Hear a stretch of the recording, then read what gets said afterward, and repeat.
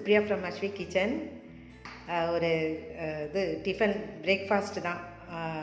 மேத்தி பராட்டா, வெந்தயக்கீரையை வச்சு ஒரு பராட்டா பார்க்க போகிறோம். அந்த பராட்டாக்கு தேவையான சாமான் என்னென்னு பார்க்கலாம்.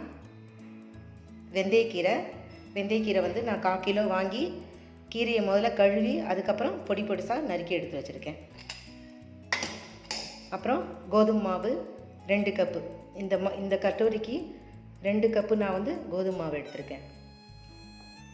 மாவோட என்னெல்லாம் சேர்க்க போகிறோன்னா இஞ்சி பச்சை மிளகாய் 2 எடுத்திருக்கேன். இஞ்சி பேஸ்ட்டு, இஞ்சி கொஞ்சம் மூளை எடுத்து பச்சை மிளகாவோட நல்லா நைஸாக அரைச்சி எடுத்து வச்சுக்கோங்க. அது ஜீரகம் வந்து ஒரு 3/4 ஸ்பூன் எடுத்திருக்கேன். மஞ்சத்தூள் சிறிதளவு, அஜ்வைன் 1/4 ஸ்பூன் எடுத்திருக்கேன். உப்பு தேவையான அளவு, பெருங்காயத்தூள் சிறிதளவு, எண்ணெய் மாவுகளில் நம்ம பிசைகிறதுக்காக எண்ணெய் எடுத்திருக்கேன். இப்போ வெந்தயக்கீரையை அப்படியே வதக்காமல் நம்ம வந்து மாவில் பிசைஞ்சு எடுக்கலாம். நான் வந்து வதக்கி மாவில் போட்டு பிசைவேன். அப்போ கொஞ்சம் அந்த பச்சை வாடை வந்து இருக்காது. அதனால் இது வெறுமனையும் போட்டு நம்ம பிசைஞ்சு எடுக்கலாம், அதுவும் நல்லாயிருக்கும். நான் வந்து இன்றைக்கி வதக்கி பண்ண போகிறேன். ஜீரகத்தையும் வெந்தயத்தையும் லைட்டாக ஒரு 2 நிமிஷம் வதக்கி அதுக்கப்புறம் நம்ம மாவில் சேர்த்து பராட்டா செய்ய. எண்ணெய் சூடாயிடுச்சு, ஜீரகம் போட்டுறேன். ஜீரகம் பொரிஞ்சிருச்சு.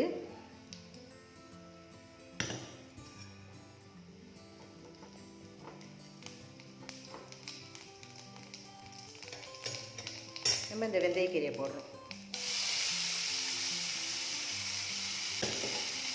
ரொம்ப நேரம் வதக்க வேண்டாம், ஜஸ்ட்டு ஒரு 1 நிமிஷம் மட்டும் வதக்கி அப்புறம் நம்ம மாவில் அதை சேர்த்துருவோம். வதக்கி எடுத்த கீரை நம்ம இங்கே வச்சுருக்கோம். கீரை வந்து கொஞ்சம் நேரம் ஆறட்டும். ஆறினதுக்கு பிற்பாடு நம்ம கோதுமை மாவு, இஞ்சி பேஸ்ட்டு எல்லாத்தையும் சேர்த்து. கீரை ஆறிடுச்சுங்க. நம்ம 2 கப்பு கோதுமை மாவு சேர்த்தாச்சு. அதுக்கப்புறம் இஞ்சி பச்சை மிளகாய் 2, இஞ்சி கொஞ்சம் மூளை தான். மிக்சியில் நான் கொஞ்சம் தண்ணி அரைக்கிறதுனால தண்ணி விட்டு அரைச்சிருக்கேன். அஜ்வைன் 1/4 ஸ்பூன் அஜ்வைன், மஞ்சள் பொடி தேவையான அளவு, சிறிதளவு மஞ்சள் பொடி, உப்பு தேவையான அளவு.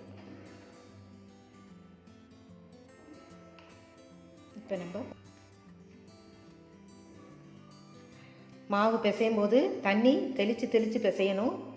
மொத்தமாக மாவு தண்ணி ஊற்றி நம்ம பிசைஞ்சோன்னா அப்புறம் மாவு ரொம்ப நெகிழ்த்தி ஆயிடும். ரிஃபைண்ட் ஆயில் கொஞ்சம் சேர்த்துக்கலாம், 1 ஸ்பூன். மாவு பாருங்கள், தண்ணி தெளித்து பிசைஞ்சிங்க, அப்போ தான் மாவு நல்லாயிருக்கும். இப்போ கொஞ்சம் போல் எண்ணெய் சேர்த்துக்குவோம். மாவு பிசைஞ்சு ஒரு 15 நிமிஷம் நம்ம கொஞ்சம் ஊற வச்சு அப்புறம் பராட்டா செய்யலாம். பராட்டா செய்யும் போது நெய் விட்டு கொஞ்சம் செய்யுங்க, நல்லாயிருக்கும்.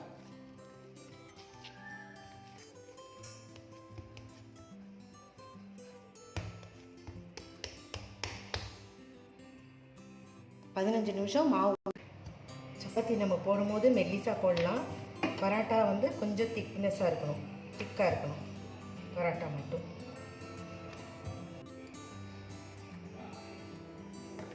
பராட்டா திருப்பி தோசைக்கல்ல போட்டாச்சு. கொஞ்சம் நெய்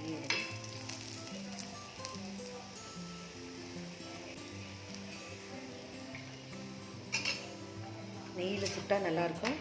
அதனால் நெய்யில் சுடுங்க. அடுப்பை கொஞ்சம் குறைச்சே வச்சு.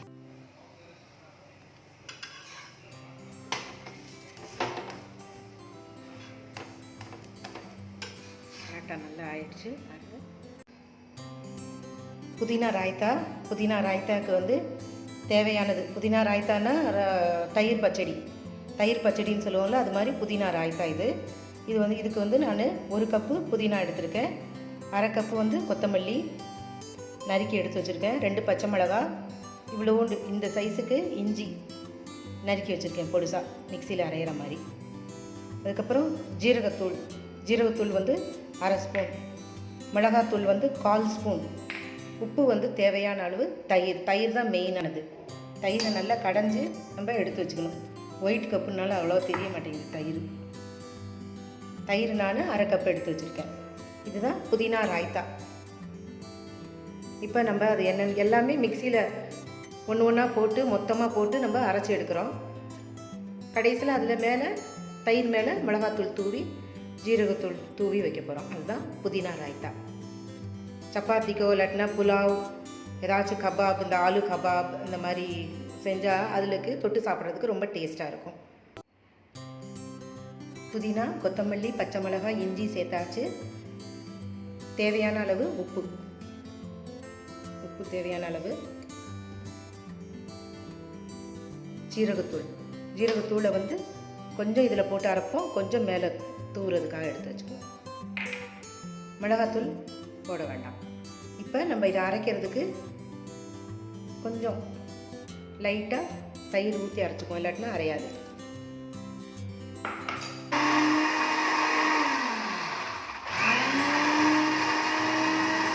இதில் நமக்கு மீதம் தயிர் இருக்குது பார்த்தீங்களா, தயிரை இதில் ஊற்றிடுவோம்.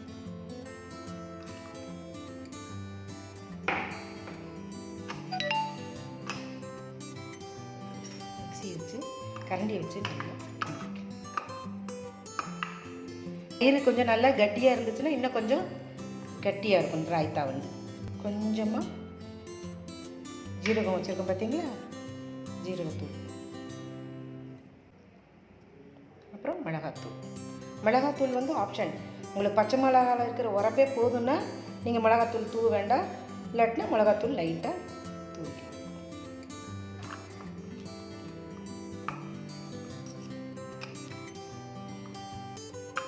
சுவையான மேத்தி பரோட்டா தயாராகிடுச்சு. இதோட மக்கன் வச்சு சாப்பிட்டோன்னா பட்டர் வச்சு ஊறுகாய், மாங்காய் ஊறுகாய்.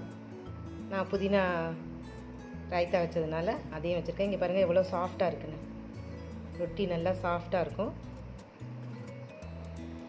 நீங்களும் உங்கள் வீட்டில் வந்து இதை செஞ்சு பாருங்கள், உங்களுக்கு ரொம்ப பிடிக்கும்னு நினைக்கிறேன். சேனலை மறக்காமல் சப்ஸ்கிரைப் பண்ணுங்கள். ரொம்ப நன்றி.